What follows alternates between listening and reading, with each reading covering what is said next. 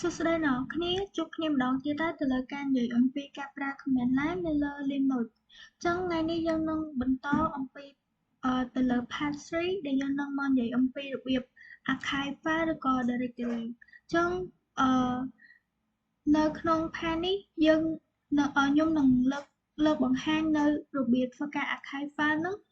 តាម4របៀបទី1គឺការប្រើថា ទី2ការប្រើ zip 3 gzip 4 B12 យើងចូលទៅកាន់មេរៀនយើងមកទៅទី1គឺការប្រើ tab អ្វីទៅគឺជា tab ហ្នឹងគឺ stand for tab archive ដែលគេប្រើសម្រាប់ធ្វើការ archive file ដូចជាដែលគេប្រើសម្រាប់ធ្វើការ combine multiple file ឬក៏ directory ដាក់ក្នុងខែ file តែមួយហ្នឹងហើយខែនេះគឺមិនមែនជាប្រភេទ combine ទេដែលវាគ្រាន់តែធ្វើការវាមិនមែនជាប្រភេទ compress ទេវាគ្រាន់តែធ្វើការ combine file ចូលគ្នាអញ្ចឹងទាំងនេះគឺជា command line ដែលគេប្រើសម្រាប់ធ្វើការ create ឬក៏ extract អីផ្សេងៗអញ្ចឹងយើងទៅសាកល្បងអំពីការ create archive សិនអញ្ចឹងដើម្បីធ្វើការបង្កើត archive នោះមែនយើងអាចប្រើ command ថា cfp ហើយឈ្មោះ archive ហ្នឹងហើយជាមួយនឹង file ដែលយើងចង់ combine ចូលគ្នាហ្នឹងអញ្ចឹងយើងទៅ test ហ្មង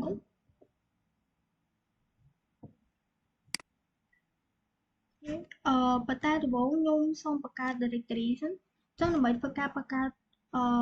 directory យើងអាចប្រើ media ហើយឈ្មោះដែលចង់បង្កើតចង់បង្កើតឈ្មោះ archive ចុះ archive ទៅចុះ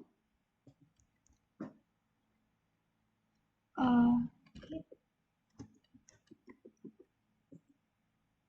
ឡូវខ្ញុំសាកបង្កើតនៅ file 2-3 សិនអញ្ចឹងដើម្បីធ្វើការបង្កើត file យើងអាចប្រើ touch file1.txt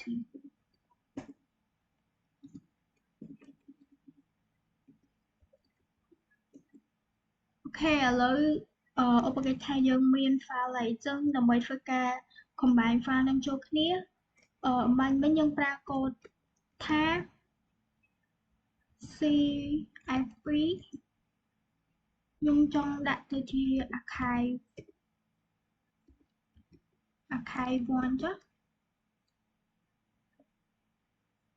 ហើយextension របស់ថាគឺថាប្រទេសហ្នឹង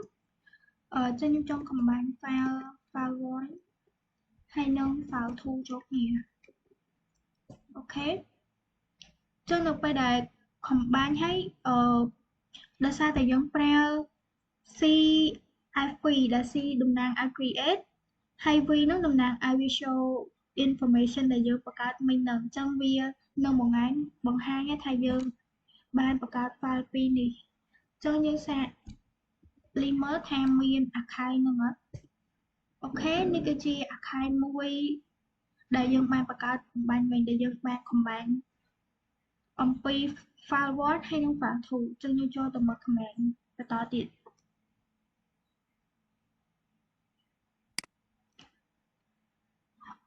command ទី2ការ extract archive នោះអញ្ចឹងដើម្បីធ្វើការ extract យើងគ្រាន់តែប្ដូរពី c មកជា x វិញដែល x ហ្នឹងតំណាងឲ្យ extract អញ្ចឹងឥឡូវខ្ញុំសាកបង្កើតផ្សេងទៀតឥ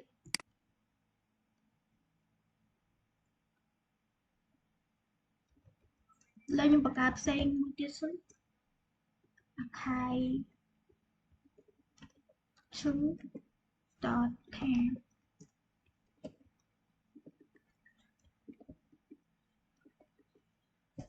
អូខេដល់ពេលយើងបង្កើតហើយ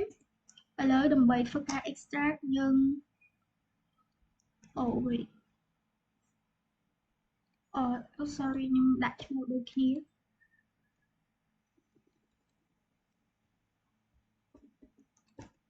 អូខេ LM ម្ដងទៀតចឹងឥឡូវខ្ញុំមាន archive 2ឥឡូវខ្ញុំចង់ធ្វើការលុប remove file ទី1ហើយនិង file ទី2ចោលហើយធ្វើការ extract នៅ archive 2ហ្នឹងអញ្ចឹងដើម្បីធ្វើការលុប file យើងប្រើ style របស់យើងគឺប្រើ rm file1 and file2 អូ ok lim ម្ដងទៀតឥឡូវ file នឹងបាត់ហើយអញ្ចឹងដើម្បីធ្វើការ extract យើងអាចប្រើ tab xfv ហើយឈ្មោះហើយឈ្មោះ archive ដែលយើងចង់ extract ហ្នឹងខ្ញុំចង់ extract archive 2អូខេយើង add ឲ្យម្ដងទៀតអូខេនេះគឺជាfile ដែលយើងបាន extract មកអញ្ចឹង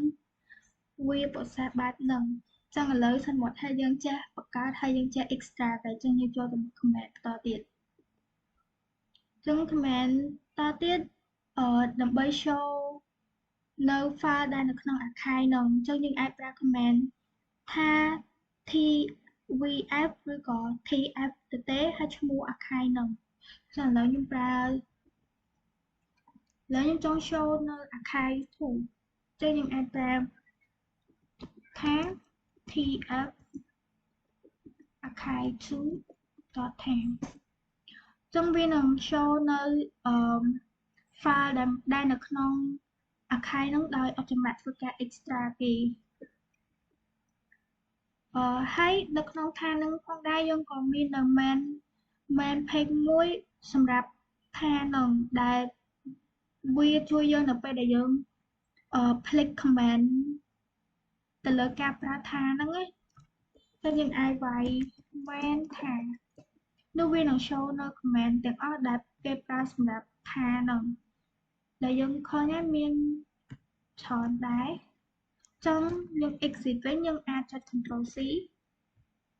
យើងចុចព្យូដើម្បី quit អូខេចឹងសរុបមកវិញថានោះគឺប្រើសម្រាប់ធ្វើការ archive file ចូលគ្នាធ្វើការ combine file ចូលគ្នាចឹងឥឡូវយើងមូលទៅចំណុចបន្តគឺ zip ហ្នឹងដូចនៅលើ Windows ដែរគឺយើងធ្វើការ compress file ធ្វើការ archive ដែល zip ហ្នឹងដើរតួធ្វើការ archive ផងធ្វើការ compress ផងចឹងយើងសាកទៅមើល command ហ្មងទៅចឹងដើម្បីធ្វើការ combine file ចូលគ្នាយើងអាចប្រើ zip archive ឈ្មោះ zip ហ្នឹងហើយ file ដែលយើងចង់ zip ចូលគ្នាហ្នឹងចឹងយើងចូលទៅធ្វើហ្មងទៅ zip ឈ្មោះ archive ហើយយើងដាក់ឈ្មោះ archive 1ទៅដែរហើយ extension zip គឺ zip ទៅទេហ្នឹងហើយយើងចង់ file 1 and file 2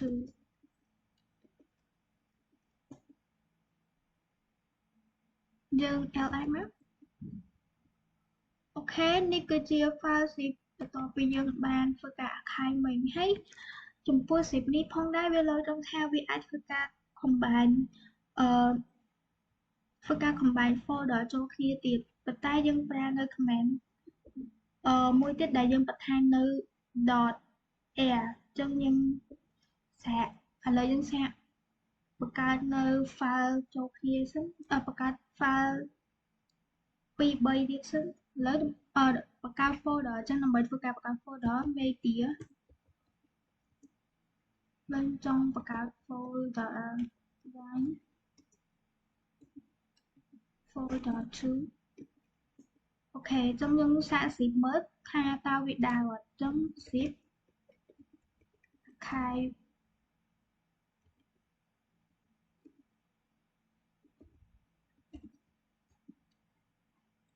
folder 1 folder 2ហើយខ្ញុំសាកបញ្ចូល file ដែរអូខេនេះគឺជា archive2.zip ដែលយើងបានបង្កើតមិញដែលយើង combine នៅ folder ហើយនឹង file ចូលគ្នាអញ្ចឹងzip ហ្នឹងវាដើរតួបែបហ្នឹងឥឡូវសិនមកថាយើងចេះធ្វើការ combine ហើយអញ្ចឹងយើងចូលទៅcommand បន្តទៀតដើម្បីធ្វើការ decompress វិញចឹងដើម្បីធ្វើការ compress archive ហ្នឹងឬក៏ធ្វើការ extract យើងអាចប្រើ unzip ហើយឈ្មោះ archive ឬក៏ file ហ្នឹងចឹង unzip แล้วnhưng sẽ lục dần nhưng lục remove air folder 1 folder 2 file 1 and look at file 1 many okay ចឹងនៅពេលដែលលុបអីវាបាត់ហើយចឹងយើងទៅធ្វើការ unzip វាវិញចឹងយើងដើម្បីធ្វើការ unzip យើង unzip ចឹងទៅហើយយើងឈ្មោះពី account ដែលយើងចង់ unzip ហ្នឹង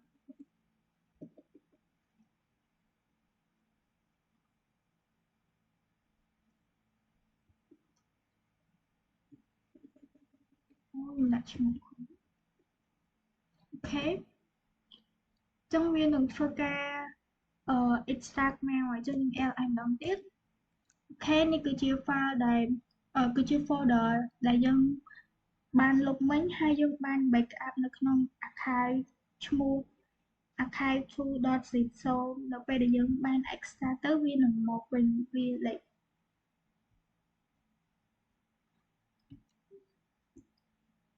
ចឹងយើងចូលទៅចំណុចបន្តទៀតគឺជាការ show file នៅក្នុង archive នឹងអញ្ចឹង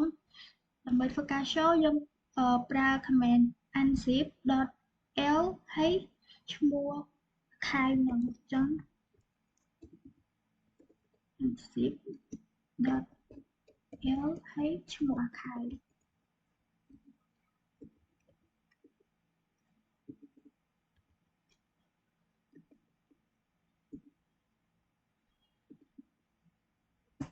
អូខេso វានឹង show នៅទិន្នន័យដែលនៅក្នុង archive នឹងអូខេ back ទៅ media នេះវិញឥឡូវយើងសន្មតថាយើងអាចជា compress យើងអាច decompress វិញហើយយើងអាចជា show file ហើយអញ្ចឹងទាំងអស់ហ្នឹងគឺជា zip so យើងចុច move ទៅ point មួយទៀតគឺ gzip អញ្ចឹង gzip ហ្នឹងប្រើសម្រាប់ធ្វើការ combine ធ្វើការ compress file ដែលយើងអាចធ្វើការ compress folder បាននេះហើយដើម្បីធ្វើការ compress បានយើងអាចប្រើ command ដូចខាងក្រោមនេះមានដូចជា gzip file អីចឹងហ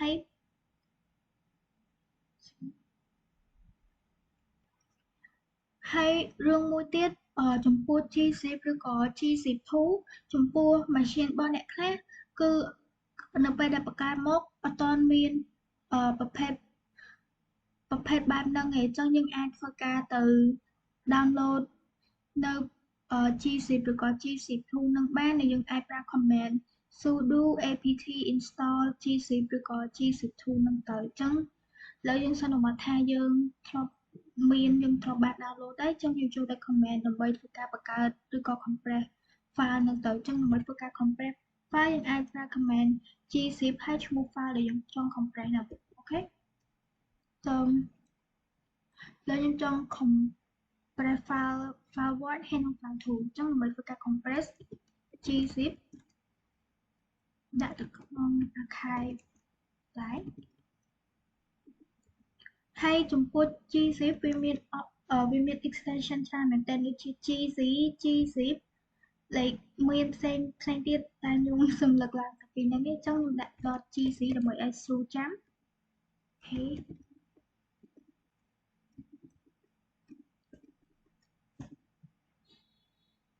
អូអ្នកនរគ្នាសូម download សិនទៅសារខ្ញុំអត់ទាន់បាន download អូខេអ្នកនរគ្នាឥឡូវខ្ញុំបានធ្វើការ install gz ហើយរឿងដែលខ្ញុំច្រឡំមួយទៀតគឺចំពោះការប្រើ gz ហ្នឹងគឺវា combine ត file មួយវាមិនមែនជាការ combine តែវាជាការ compress file មួយអញ្ចឹងមិញខ្ញុំច្រឡំធ្វើការ combine តែវាមិនមែន combine ទេអញ្ចឹងដើម្បីធ្វើការ compress file យើងប្រើ gzip ឈ្មោះដែលយើងចង់ដាក់ហ្នឹងឥឡូវខ្ញុំចង់ដាក់ឈ្មោះ file .txt.gz ហើយឈ្មោះ file ដែលខ្ញុំចង់ compress ហ្នឹង file .txt អូខេយើង ls នេះគឺជា file ដែលយើងបាន compress មិញអូខេចឹងយើងចូលទៅមើល command បន្តទៀតគឺរបៀបធ្វើការ decompress វិញចឹងដើម្បីធ្វើការ decompress file យើងអាច Braille G unzip file ហើយ file ហើយឈ្មោះ file នឹង អូខេ G unzip ហើយឈ្មោះ file ដែលយើងចង់ decompress នឹង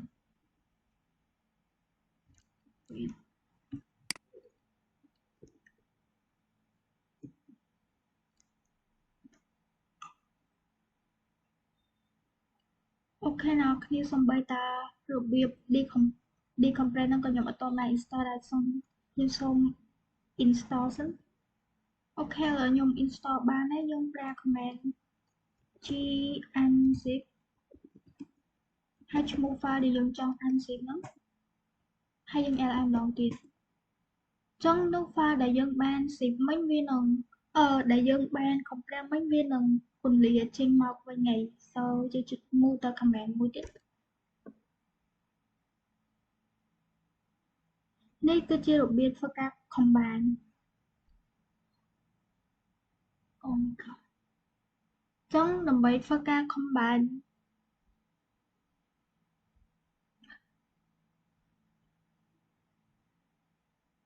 ចឹងពីមុនយើងបាននិយាយបានថាហ្នឹងមិនមែនជាប្រភេទ combine ទេវាមិនមែនជាប្រភេទ compress ទេវាគ្រាន់តែ combine file ចូលគ្នាប៉ុន្តែបើសិនជាយើងចង់ធ្វើការ compress file ក៏អាចបានដែរដែលយើងប្រើថា CIPZ ហើយឈ្មោះ file ហ្នឹងប៉ុន្តែ extension gc ចឹងយើងប្រើ command មួយហ្នឹងទៅដើម្បីធ្វើការ combine file ហើយ compress archive ហ្នឹង so ថា cvsc ឥឡូវខ្ញុំចង់ archive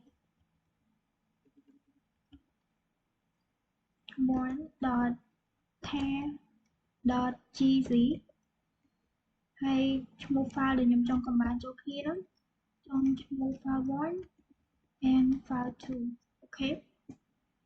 យើង li ម្ដងទៀតso នេះគឺជា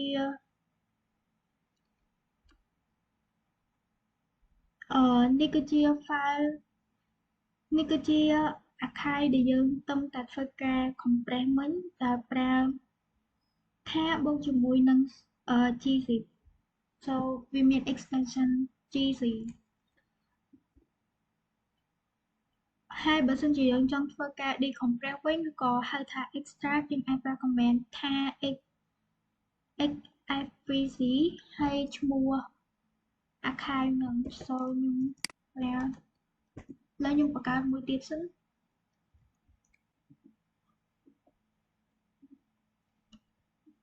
ដាក់ឈ្មោះ 2 ចុះ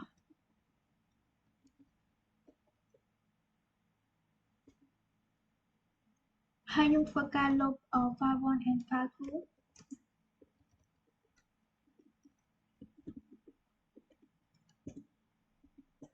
ចឹង file 1 file 2 បាត់ហើយ so ខ្ញុំធ្វើការ decompress ពី archive 2.gc ហ្នឹងចឹងដើម្បីធ្វើការ decompress វិញយើងអាចប្រើថា xfvc ហើយឈ្មោះ archive ហ្នឹង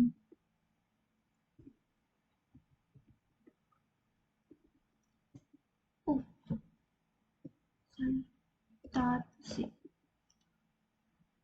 .gc អូខេ li ម្ដងទៀតអូខេនេះគឺជា file ដែលយើងប្រើបន្ទាប់ពីយើងធ្វើការ decompress ចឹងយើងចូលទៅចំណុចបន្តទៀតចឹងឥឡូវសន្មតថាយើងអាចធ្វើការចេះបង្កើតយើងអាចធ្វើការចេះ compress file decompress file ហើយតាមរយៈថាទៀត so ឥឡូវយើងសន្មតថាយើងយល់អំពី gc ហើយចឹងយើងចូលទៅចំណុចបន្តទៀតគឺ bc2 ចឹង bc2 ហ្នឹងក៏ដើរតួនាទីស្តៀងនឹងgzip ដែរដែលវា support តាការ compress file ចូលគ្នាចឹងដើម្បីធ្វើការcompress file យើងអាចប្រើ bc2 ហើយឈ្មោះ file នោះ so ឥឡូវយើងចូលទៅចំណុចហ្នឹង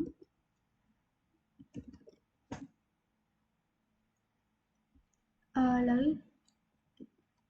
នោះថា bc bc2 អូខេ file txt dot bc2 ចឹងbc2 ហ្នឹងគឺមាន extension bc2 ហ្នឹងមាន extension bc2 ចាឥឡូវខ្ញុំចង់ compress file 1 អូខេយើង li មើល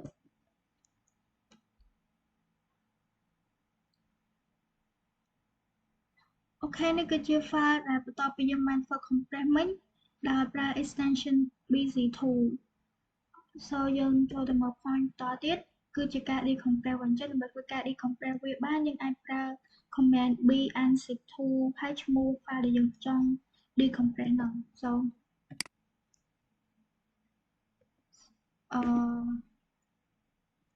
bnzip2 ហើយឈ្មោះ file នេះ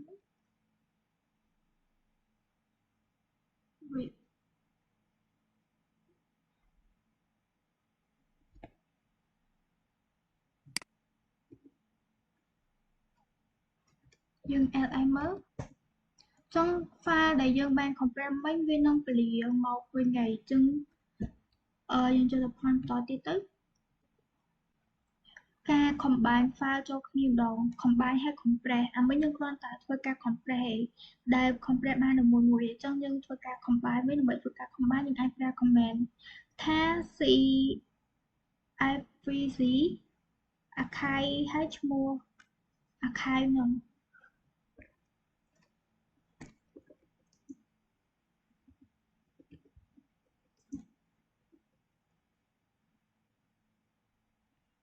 ឈ្មោះ archive ដែលយើងចង់ combine ហ្នឹងលើ archive ខ្ញុំដាក់ឈ្មោះ archive 1.bc2 ឥឡូវខ្ញុំចង់ combine file 1 and file 2 ចូលគ្នាចុះអូខេយើង li មើល so នេះគឺជា archive បន្ទាប់ពីយើងបានធ្វើការ combine ហើយនឹង compress file ពីរចូលគ្នាចឹងយើងចូលទៅ point បន្តទៀតគឺជាការ decompress ហើយឬក៏ការ extract archive ហ្នឹងចឹងដើម្បីធ្វើការ extract បានយើងអាចប្រើ command ថា xfvc so ចាឥឡូវខ្ញុំធ្វើការបង្កើតពីរសិនដើម្បីធ្វើការ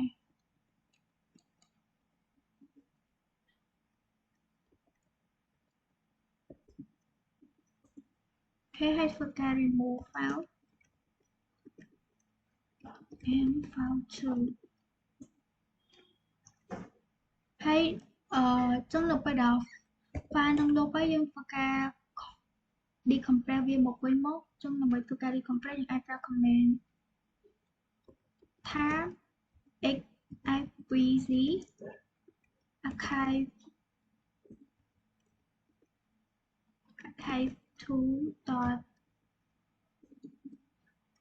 2.bc2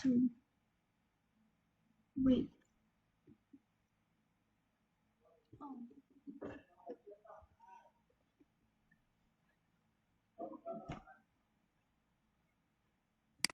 ដាក់ឈ្មោះច្រឡំ